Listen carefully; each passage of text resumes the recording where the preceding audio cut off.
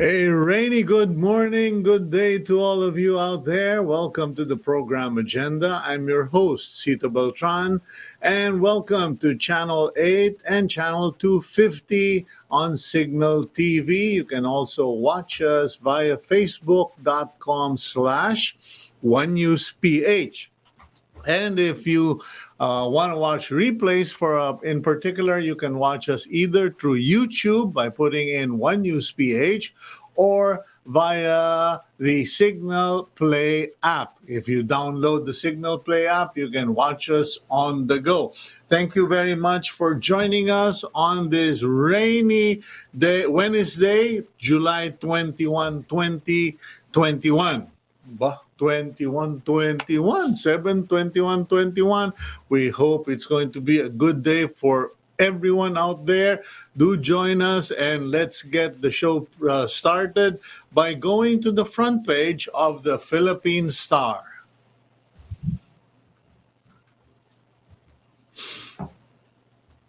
And there we have it, the front page of the Philippine Star. And on the headline, Lacson Soto decide to run in 2022 poll. Senator Panfilo Ping Lacson has decided to run for president, while Senate President Tito Soto will be his running mate for vice president. The two become the first tandem to announce their 2022 election bid. In an interview with the Philippine Star, Soto said they decided to run after much soul-searching, prayers, and consultations with friends and supporters. At least that is clear. That's been laid out, so we know that the first team in the 2022 presidential, vice presidential elections will be Lacson Soto. Meanwhile, the tugboat and barge with COVID-positive crew members from Indonesia are now being held off the shore of Albay. Authorities are monitoring the health condition of those on board tugboat Clyde and the barge Claudia. The two vessels entered Albay Gulf yesterday morning but were not allowed to dock. And finally, the Octa Research Group reported a spike of COVID-19 cases in the NCR over the past week.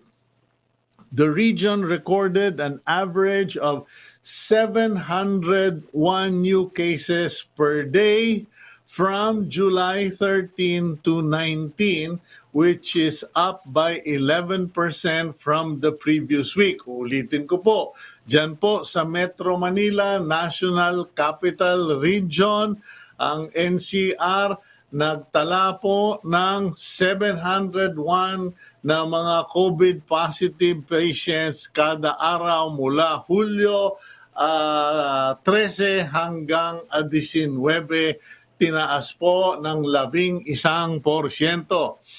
Despite this, Octa said this is not a cause of alarm because it is too early to determine if the trend will continue. Ayan po, kanya lang po natin.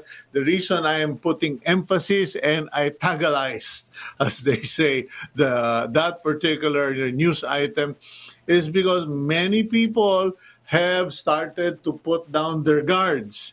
Maski na kami dito, medyo kasi nabakunahan na because we've been vaccinated, we've started to be less mindful when we are going around doing our job na, hey, by the way, why aren't you wearing a mask? Oops, na pala, no? Just because you're vaccinated, that does not mean you're COVID-proof, okay? In fact, I received a text message yesterday from a very good friend who advised me on the passing of ano na ba yung kanyang title, Governor Lito Osmeña, the late Lito Osmeña. He had passed away recently, and according to, I hope I got the name right. I know it's Governor Lito Osmeña. The message was he reportedly died because of COVID, and the sender was saying, why is the media not highlighting the fact that he is vaccinated and died of COVID-19? Ladies and gentlemen, it has been said time and again, repeatedly by health authorities, not just from the DOH, but globally, even Anthony Fauci, all the health experts have said, just because you're vaccinated does not mean you are COVID proof. The intent is to make sure first that COVID doesn't kill you, okay?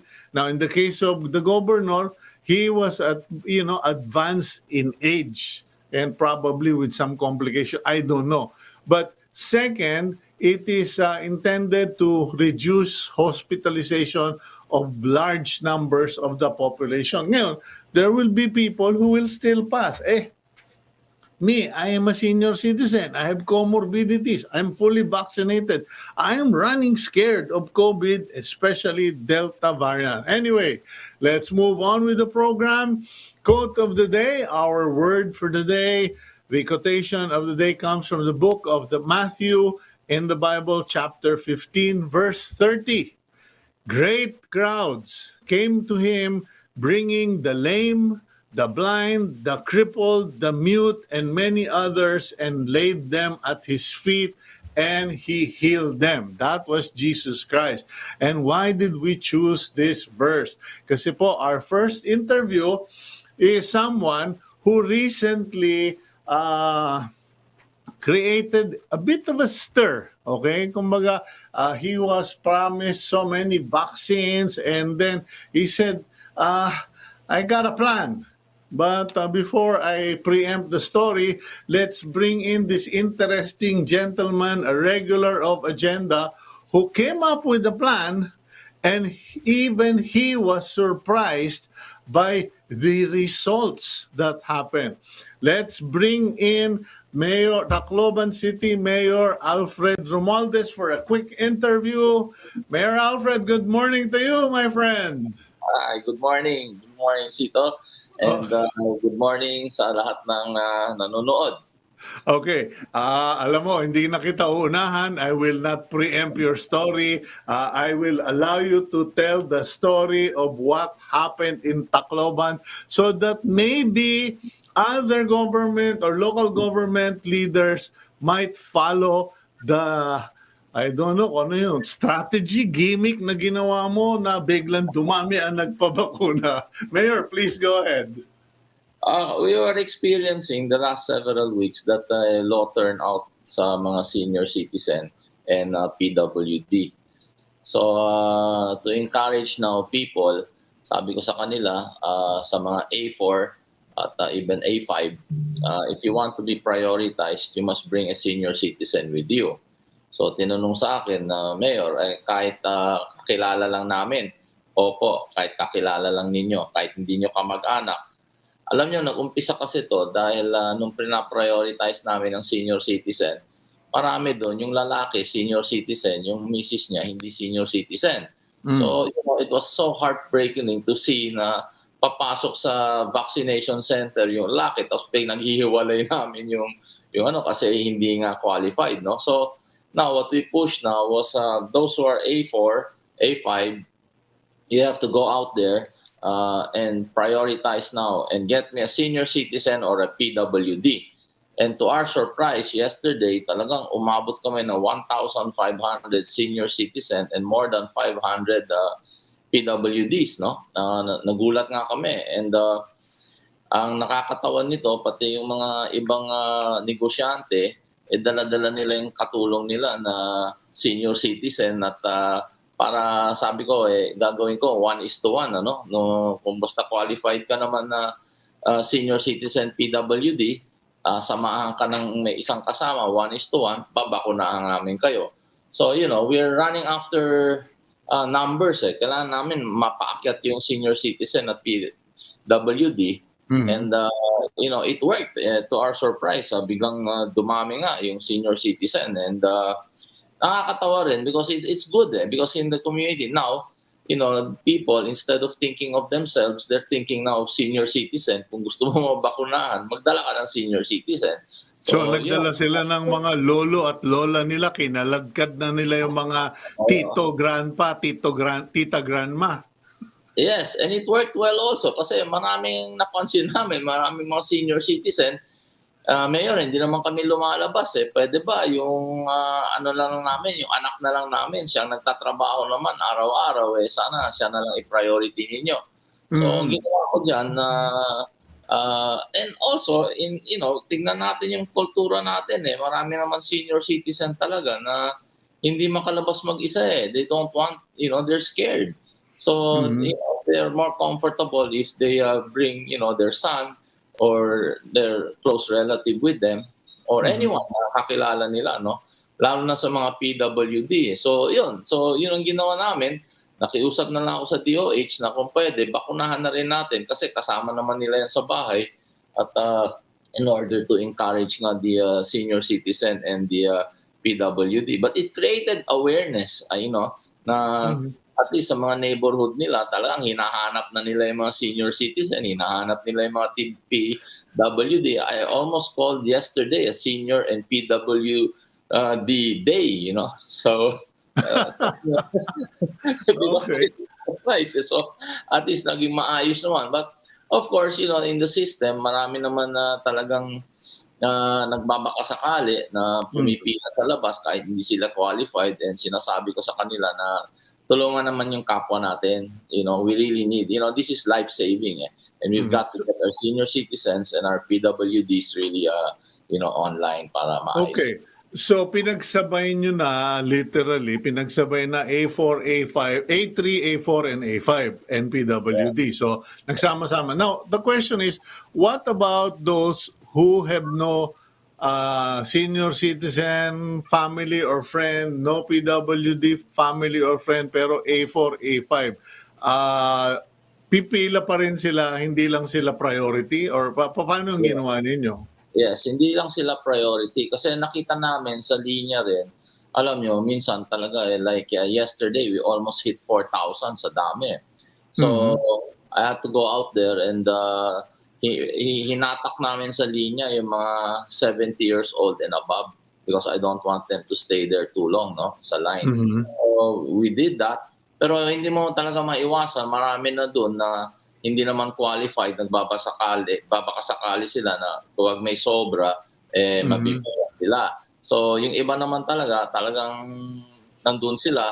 Pero alam mo, marami rin nakahanap na sa totoo lang, hindi magkakilala nakita lang yun. Katulad yan, across the street, may sari-sari store, may isang kwento nga dun Sari store yun, talagang natak na lang niya. Sabi niya, alika, sumama ka na para mabakunahan ako. So, it worked that way. So, in essence na it gave importance nakita nila kung gusto mo pabakuna hanap ka ng senior citizen, hanap ka ng PWD, so na nire-remind pero we also have to remind these people na pagpasok mo sa vaccination center hindi just because na nakapasok ka, wag mo naman iwanan yung sinamahan mo ng senior citizen, sabay-sabay kayo hanggang lumabas kayo. So we were doing that and I think it's working because we never saw that kind of number. Usually, we average about 200 senior citizens a day. Yesterday, we hit 1,500. For senior citizens alone? And PWDs, normally, we only get about less than 10 a day. And yesterday, we saw more than 500. So, malaki turnout. Okay, because especially with the PWDs, I'm assuming at least half of them can't walk or are or are bedridden, so malamang sinundo pa ng wheelchair yung iba dyan. Oo nga, yun nga nangyari. Kaya alam mo, nakikiusap naman ako sa mga bansa na nagdo-donate sa atin ng mga vaccines na yan when they give their priorities, mga A1, 2, 3, 4. Sa ibang bansa nga, di ba, they're very concerned about family. Pag nag-apply ng visa yung tatay, sinasama na yung anak, sinasama yung ganyan, hindi naman pinaghihiwalay sa pamilya. It's very hard dito na, we'll accept senior citizen and then we don't accept let's say even the spouse who's only 58 or 55. Sana naman itong mga donors natin, ma-realize nila, ibang culture sa Pilipinas. Dito, wala naman tayong home for the aged. Kaya kailangan talaga, yung matanda, hindi naman papayag na siya lang ang bapakunan. Sasabihin na lang niya, dahil kulang yung bakuna, ibigay niyo na lang sa iba yan. Well, that's a good point, Mayor. Magandang punto 'yon kasi we are and we can't blame naman the DOH. They're following the World Health Organization protocol, but that protocol seems to set aside cultural differences between the Western nation and the Asian nation. Kumbaga, as you pointed out, wala tayong home for the aged. Paano ginagawa ba ninyo dyan sa Tacloban? Because we have A1, which are frontliners, A2, which are the senior citizens, A3, the ones with comorbidities, and A4 and A5 are workers and the poor. Paano ang ginagawa nyo dyan sa Tacloban? Number one, meron ba dyang labo-labo na? Number two, meron ba dyang palista? Do they sign up, get appointments, or are they all walk-in? Most of it now is walk-in, no? Because we're having a hard time sa online. Alam nyo, kasi ang Tacloban City is a transient city. So, what's hard with the capital city, we have like our population almost doubles during the day. And we have people moving in and out. And if you really look at it, you want to get herd immunity, ang nangyayari dito sa mga municipalities, they come here during the day to do their chores, to do their business, no? So if you don't vaccinate them also, kaya we came up now with a strategy that all that work in Tacloban, regardless of where you live, because marami dito, alam mo, parang sa NCR yan nakatira sa NCR yan, Monday to Friday, pagkatapos umuwi sa bandang Alabang, Bulacan pag weekend. So makikita naman natin, you want to get herd immunity, so exposure is important. So I really, have to emphasize that kailangan tignan natin. At saka common sense lang. Cito why will a person line up for 2 hours just for fun? He knows that he's exposed and he needs to get vaccinated. That's why he will go that extra mile to sit there and wait and be patient to get vaccinated because he knows that he's exposed and at the end of the day, he has to go home to his family. So, yun naman, titignan mo naman yung psychology behind that, no? So, marami sa kanila, it's very difficult for us, chief executives, to explain that to the public, especially if we have to follow, this priority list given by, other countries wherein, katulad yan, wala naman tayong home for the aged. Dito talaga, makikita mo, 2-3 pamilya sa isang bahay. Wala naman tayong katulad ng mga institutions na meron sa ibang bansa. So, sana talaga, I'm appealing to the donors na to realize that na we have to balance that and not create this problem na we're having, na nagkakaroon ng low turnout, nagkakaroon tuloy ng misunderstanding between the national government and the people, thinking na yung mga tao ayaw magpabakuna. Well, you hit an important point because, and perhaps it's not just the donor countries we should address, but the national government should make a decision for themselves kasi katulad yan, as you pointed out, yung mag-asawa, I had that experience. I said that I had option to be vaccinated individually, single in the vaccination because I was working with the hospital. But I said, if my wife can't be vaccinated, what's the point in me getting vaccinated? Iuwi ko rin sa misis ko yun. So your example is quite accurate. Now, we'll just go for a quick break if you don't mind, Mayor. When we come back, I want to continue this discussion and also ask about may mga choosy ba dyan tungkol sa vaccine. We'll go for a quick break, Mayor, and we'll be right back here on Agenda.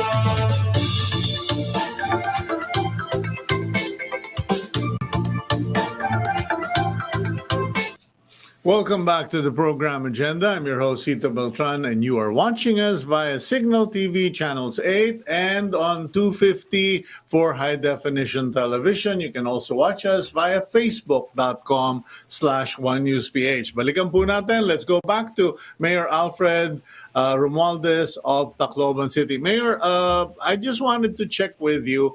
Marami bang choosy dyan sa Tacloban or we will take what you will give? Kasi naging issue yung, pag Sinovac, saka na lang, maghintay na lang kami ng Pfizer. Did you have a good turnout also because the vaccine that was available was J&J?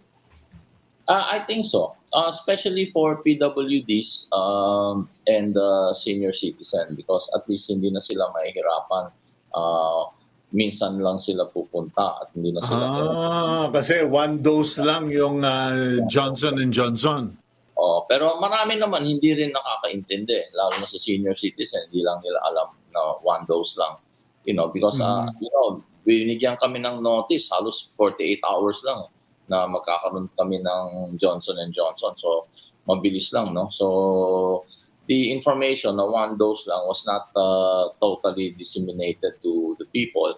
But what was important here is that, alam niyo naman yan, Cito, tayo naman nakikita natin ultimate pupunta lang kahit pumuntang senior citizen sa CR, kasama yung kamag-anak. Kahit pupunta ko saan Lalo na ito, when you have a vaccination center, you've got an ambulance there, you've got doctors there, and also it's like entering a hospital and they're scared. So they really want someone to go with them. But the point is naman, yung sasama sa kanila, hindi naman babakunahan at hindi naman So natatakot din yung sasama kasi ma-expose siya sa maraming tao. So unnecessarily. So yun naman ang kinakabahan din. So it really works, if you see, nagiging problema talaga So, so we have to give lang some and in fairness to the Department of Health dito sa region, they're very cooperative and understanding kasi nakikita nga nila yung situation, no? So this is what we're doing. But but important rin dito yung sinasabi ko sa mga A4, mga A5,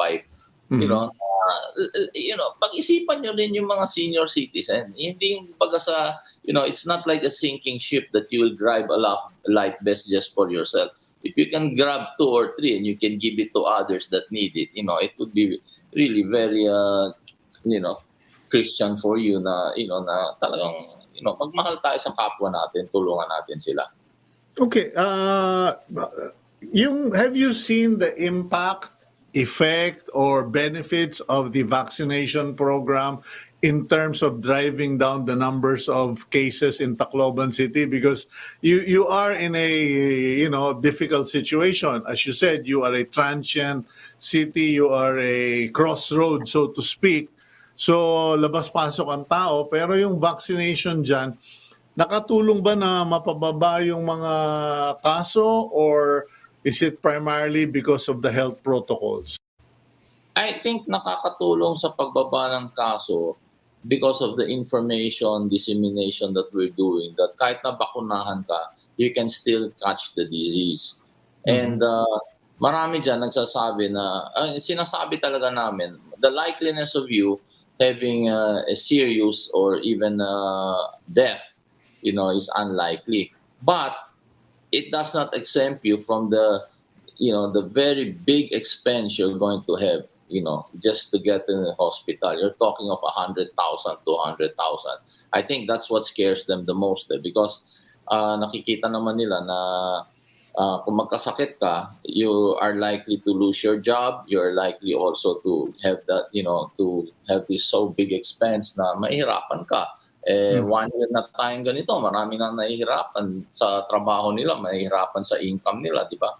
Tapos, kakasakit ka pa, gagastos ka sa 100,000, 200,000, pwede ka pang mamatay at pwede pa makakahawa ka pa. So, so I think it's important that that information, is given to the public na they have to be careful because alam rin nila napabakuna ka't lahat. Baka may biglang bagong variant na naman na lumabas na baliwala yung bakuna mo. So, So yeah, you still have to really be very careful with social distancing and wearing a mask. How are the numbers of vaccination for the registered or legal residents of Tacloban City?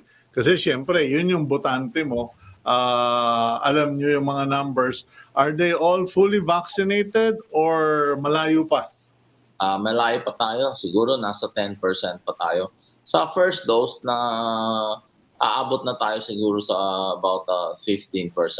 Pero yung completely vaccinated, hindi pa tayo umaabot doon sa sinasabi na at least about 10% of the total population. But of the target population, umabot na tayo sa, I would say, about 20%. What are the reasons for this, Mayor? Well, of course, it's difficult to... Alam mo kasi pag bakuna, yung first dose, meron pa tayong second dose. So it's also encouraging people to go back for their second dose. And it's not that easy either. So we have to make it as convenient as possible, but also making them realize na pag hindi ka nag-second dose, bali wala talaga yung hirap mo sa first dose. Kaya nakikita namin gano'n ang nangyayari. Pero ang problema kasi dahil transient city ka nga, ang nangyayari dyan, Mayor, pwede ba first dose pagkatapos sa NCR na ako magse-second dose kasi babalik na ako sa trabaho, tinawag na ako. So kailangan talaga na meron some sort of coordination DOH na magganyan na pwede naman siya mag-second dose kasi ang ayaw ko lang dito na magkaroon ng miscommunication from the public ba and the national government thinking walang gusto magpabakuna. I think in general marami may gusto. Now, you talk of dosage, you talk of the type of vaccine, that depends on the class. If it's senior citizen, PWD, I think because of convenience, they would prefer J&J. But if you talk now of the working class, Sinovac is good enough for them. They're happy with that. They just want, yung problema lang kasi pag transient city, yung first dose mo, you have to stay here for make sure na nandito ka for the next 28 days so you can get your second dose. Yun ang naging nakikita kong dapat lang magkaroon tayo ng magandang coordination na kung saan siya pupunta, mabigyan na lang ng second dose. Kasi marami naman lugar, hindi na nagse-second dose kasi nagbiyahe na. So pwede naman po iba yun na bagong dating na kailangan lang na second dose, dapat magkaroon lang ng coordination, payagan. At saka may card naman na pinapakita na ito po, nabigyan na ako ng first dose, kanya lang pinalipat ako ng kumpanya or kailangan ko lumipat sa ibang lugar. Yes, yun. Well, that's why I enjoy speaking with you, Mayor Alfred, kasi marami kang mga nakikita na hindi na napapansin ng mga national leaders sa dami ng problema naman. In fairness, sa dami ng problema naman itong mga taon to. Now, yesterday I was speaking with Senator Win Gatchalian, and we were talking about reopening of classes, about college students, excuse me, because in Singapore, what they did was they essentially identified a population of 650,000 individuals, senior high school and proctors, who will be involved in the national college entrance exams. And ginawa ng Singapore was they declared a certain day or week, lahat kayo magpabakuna para after your vaccination, you can go take the NCEE without fear.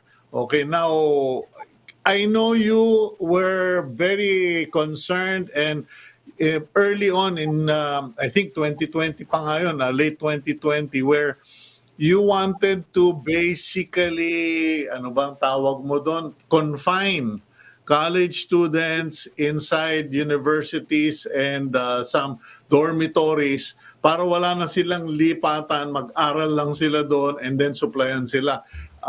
What are your thoughts about a plan?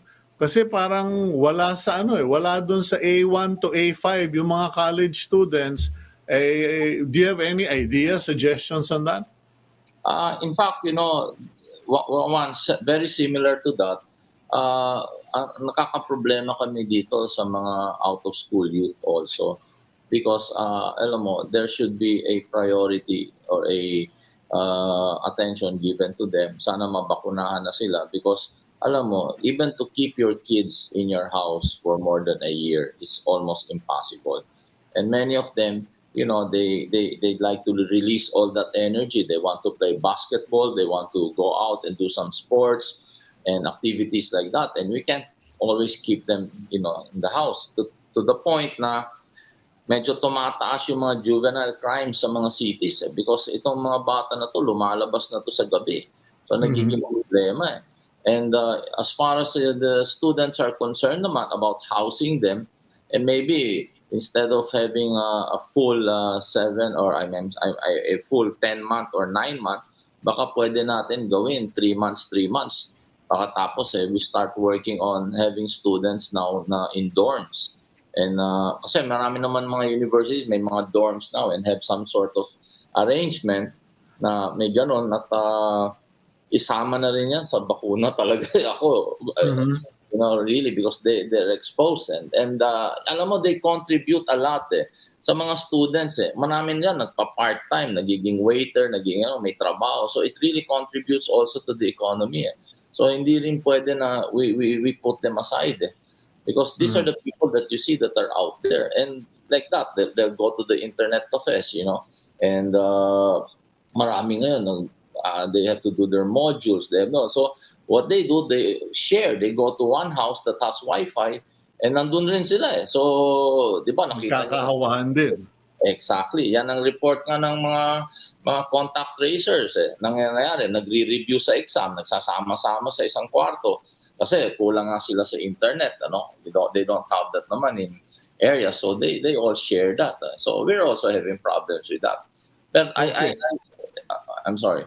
Yeah, go ahead. And But I agree, we should start looking at that. Alam mo, sa ibang bansa, yung mga universities nila, yung mga colleges nila, nilalabas nila sa syudad Nandun sa medyo labas na, para maluwag, and then they put dorms there.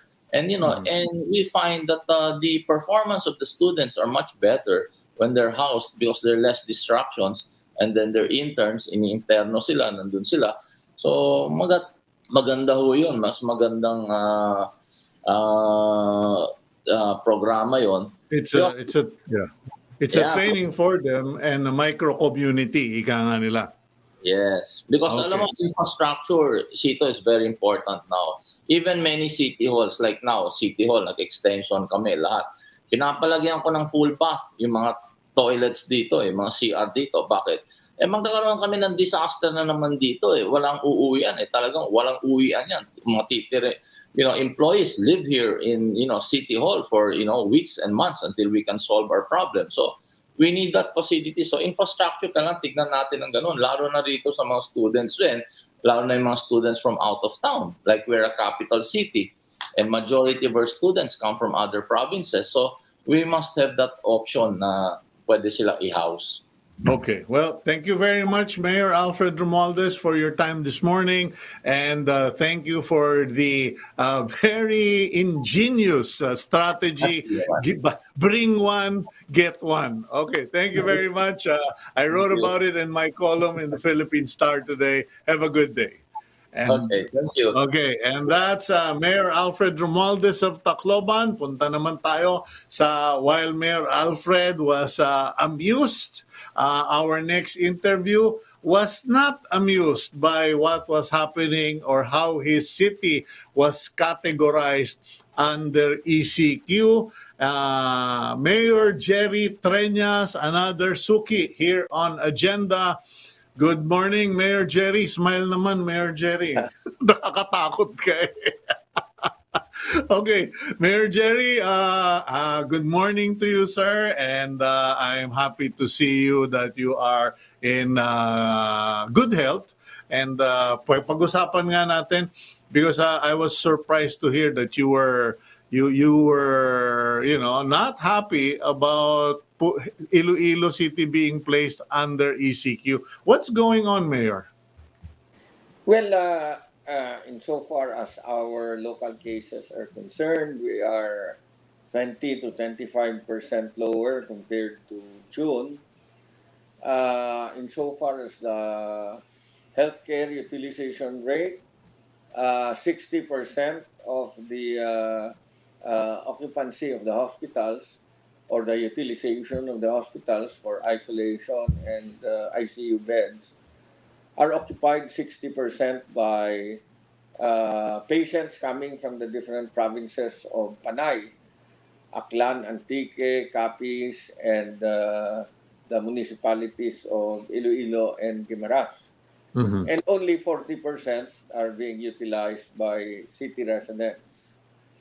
It is difficult for the hospitals, especially the private ones, to increase their capacities because there's a lot of unpaid bills coming from PhilHealth.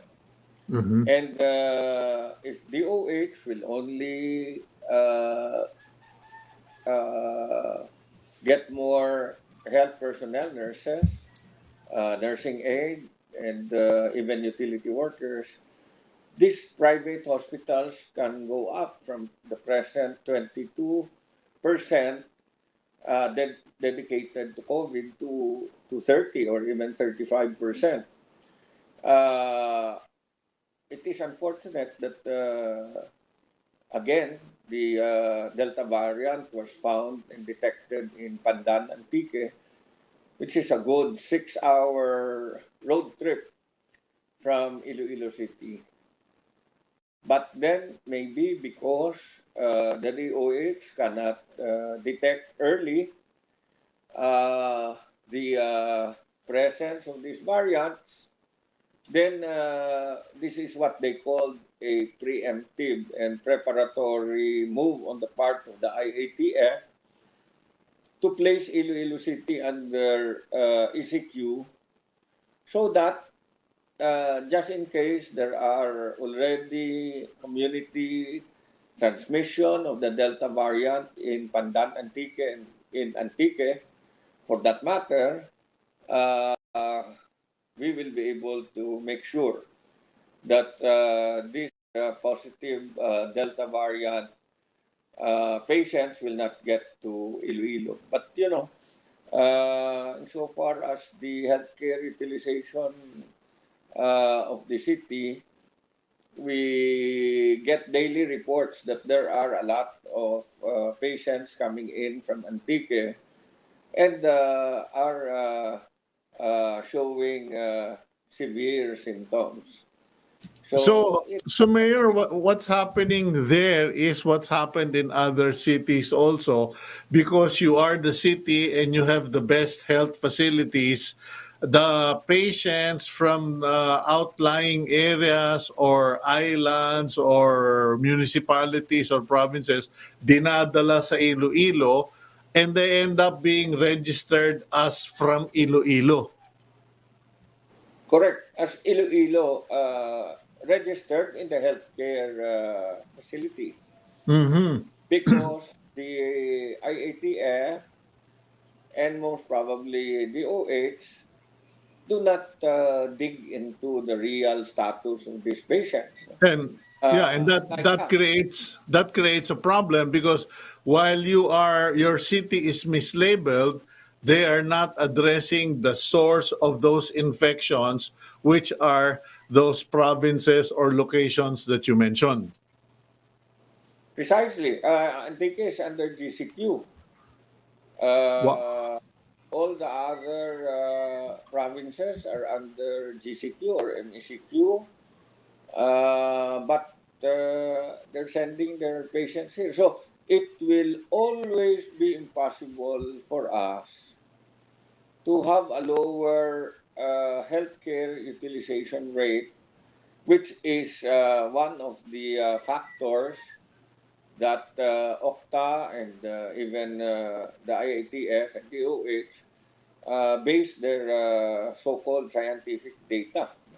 Yeah, because the Okta research pointed out that your ICU utilization rate is at 97%. That you're saying that the patient ratio of Iloilo residents versus non-residents, only 40% or 30% are from Iloilo. Yes.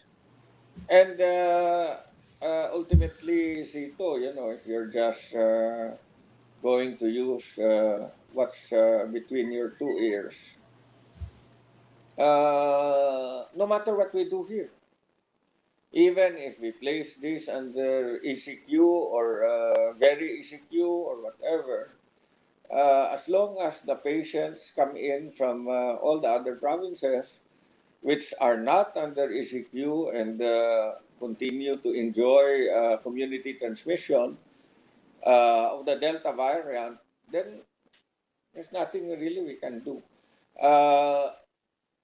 And you have seen how efficient the DOH has been in detecting the Delta variant. The Antique patients were first detected as positive on May 27. It was only last Friday when the genome sequencing of the two patients came out. So that's a good 2-3 months before there is actual positive result. Meaning to say that there will always be continuous transmission in case there is already the presence of the Delta variant at the NCR. Okay. Because we were told that there's already in the NCR at Yeah. Antique, Hingoog, and Cagayan de Oro because it takes them 2 or 3 months before they can detect.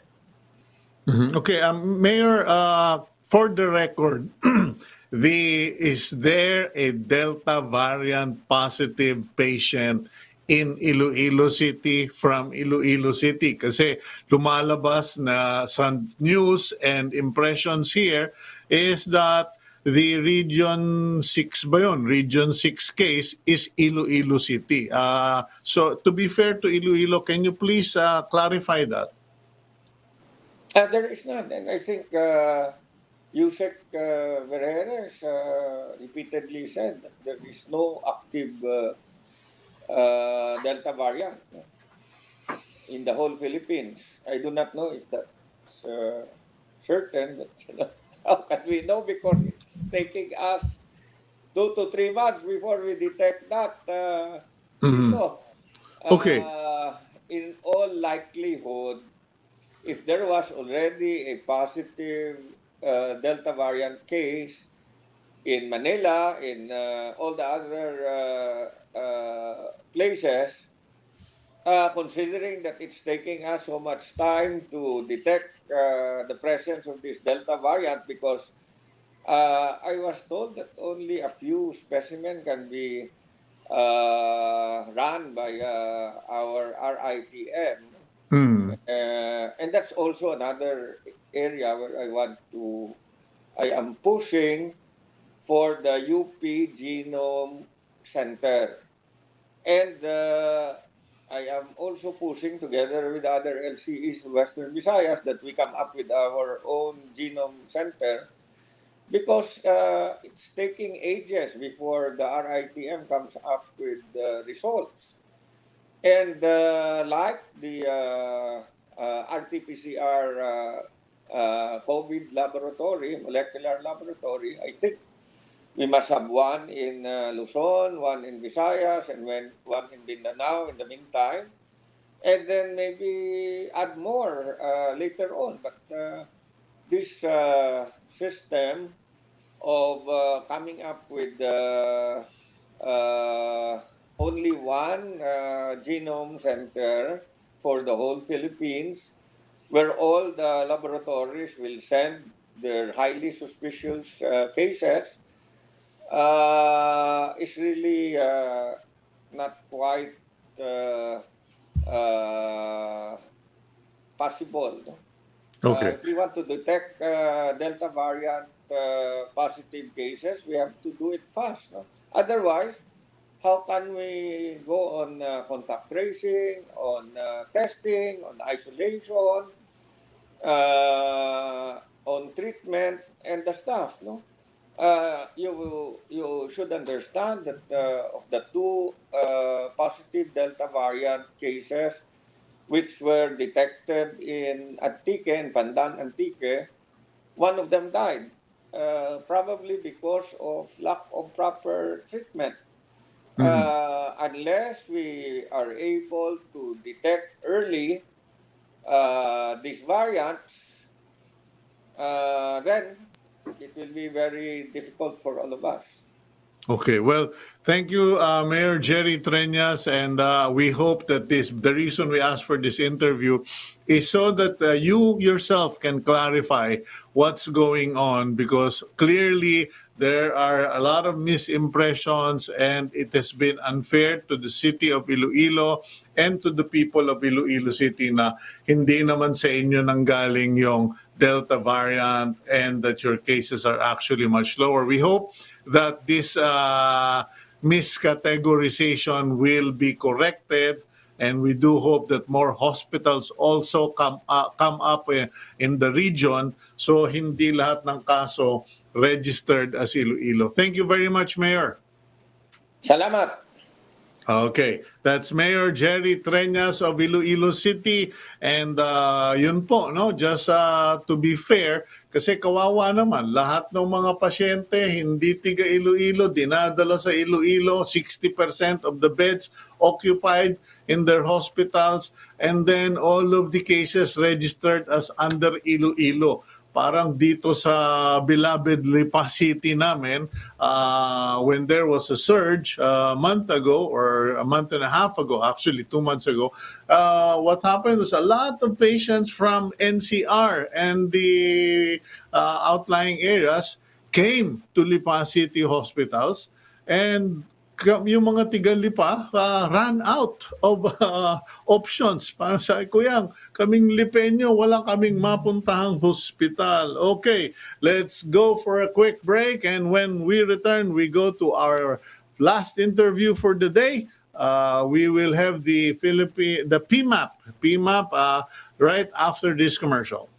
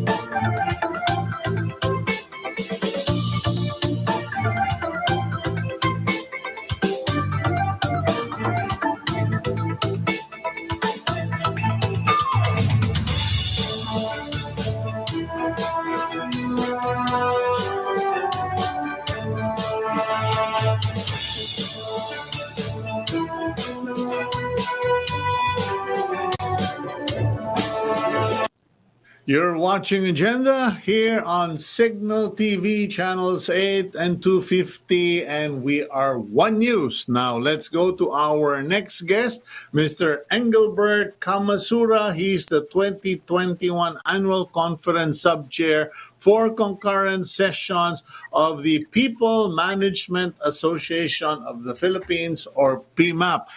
Engelbert, good morning to you.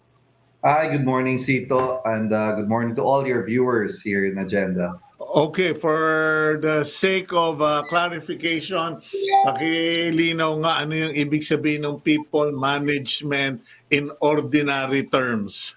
Okay, ito po ay samahan ng mga magigiting, sasabihin kong gano'n. Dahil po sa mga panahon ngayon, this profession, the human resources practitioners, leaders of this country has been challenged, Siguro, lingid sa kalaman ng marami, our profession went to so much challenges as we need to respond to the daily needs of the people of the organizations that we work for, we serve, and most especially, we need to support our businesses where we belong, we represent, to sustain, di ba, that business momentum that we left pre-pandemic, and ngayon, the last year has been very, very challenging.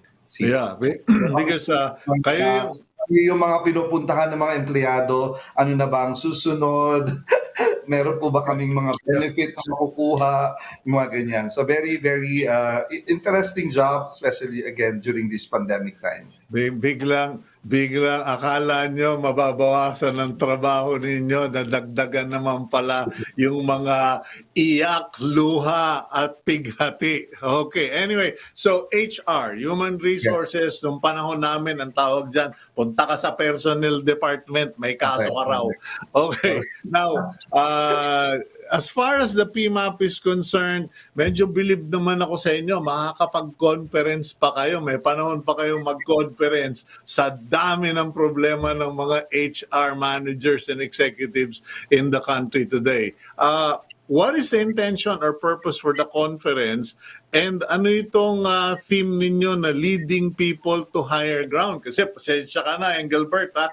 Kasi nung sinabing leading people to the higher ground, sabi ko, parang baha o parang gera. We need to take the higher ground. Ano ba yan?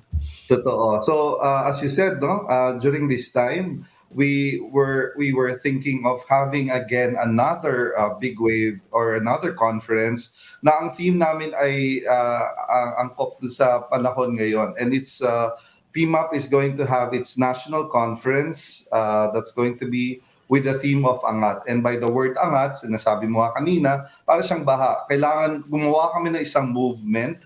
Ito ay isang movement para i-sustain namin yung momentum. As you know, a lot of organizations have tried themselves to really, survive, thrive, and then try to actually evolve to something very, very different.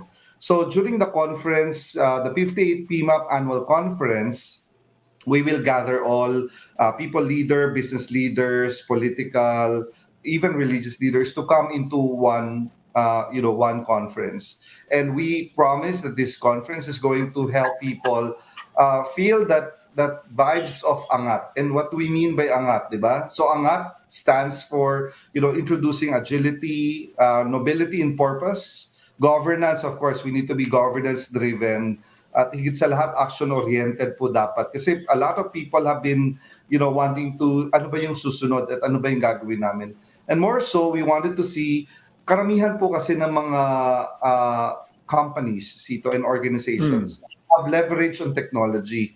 And in the last conversation I had in your program also, if you remember, pinag-usapan natin that the whole thing have changed. The entire business landscape have changed. Pumasok yung teknolohiya, very timely naman dahil sa panahon ngayon, karamihan ng mga kumpanya ay still adapting to the work from home, which is as the protocol.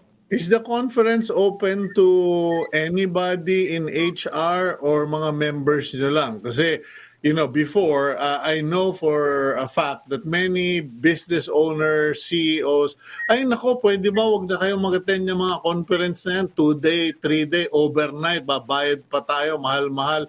But I assume that your conference now is going to be digital, online. Now, is it open to non-PMAP members? Yes, it is, Cito. Thank you for asking that. So PMAP conference is going to be open to all business leaders, people leaders, government leaders, religious leaders who would like to learn from great speakers that we've all invited during the conference. It's happening on July 28th to the 30th, and it's all virtual. Now, what's at stake is that bukod dun sa matututunan natin ang paano ba natin ipagpapatuloy yung pag-angat ng ating business organization. Of course, leveraging on the power of people. Ang importante dito is alamin natin paano ba yung ibang companies ay nag-thrive. Alam mo, sa panahon ng pandemya, we had seen a lot of companies letting go of their employees. We have seen a lot of companies that have closed down their businesses or have shrunk their businesses. sa panahon po natin ngayon, kailangan po natin i-encourage ang bawat isang leader, be it you're a business, you're in marketing or finance, or a people leader. Yeah. We encourage you to How do they sign up, or what do they look for para maka-sign up dyan? Kasi nakita ko yung inyong video just now, and the date was mentioned, the theme was mentioned, or the goal was mentioned. Pero how do they sign up?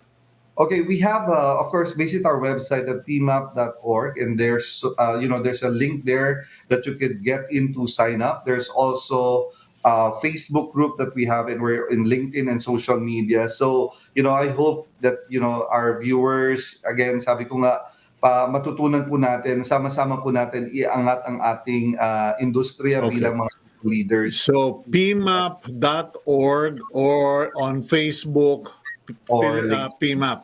Yes, that's right. Okay, now, Engelbert, quick question lang, no? This is more of my personal interest or curiosity.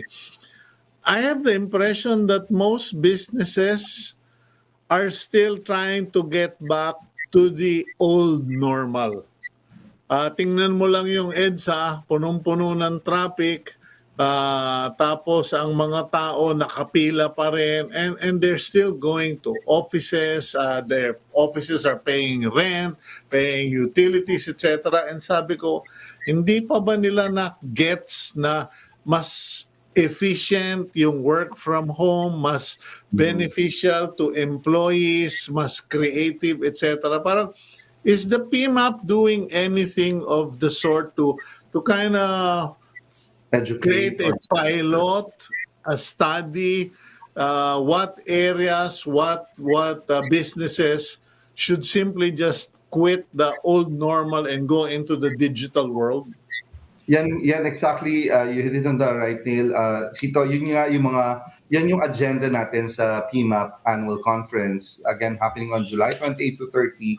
Marami kasi mga organizations still feels like, are we ready? Are we ready to go to new normal na pwede na palang mag-work from home? Marami kasing question in terms of how do we measure productivity? How do we make sure that employees are happy? How do we make sure that people feel their brands?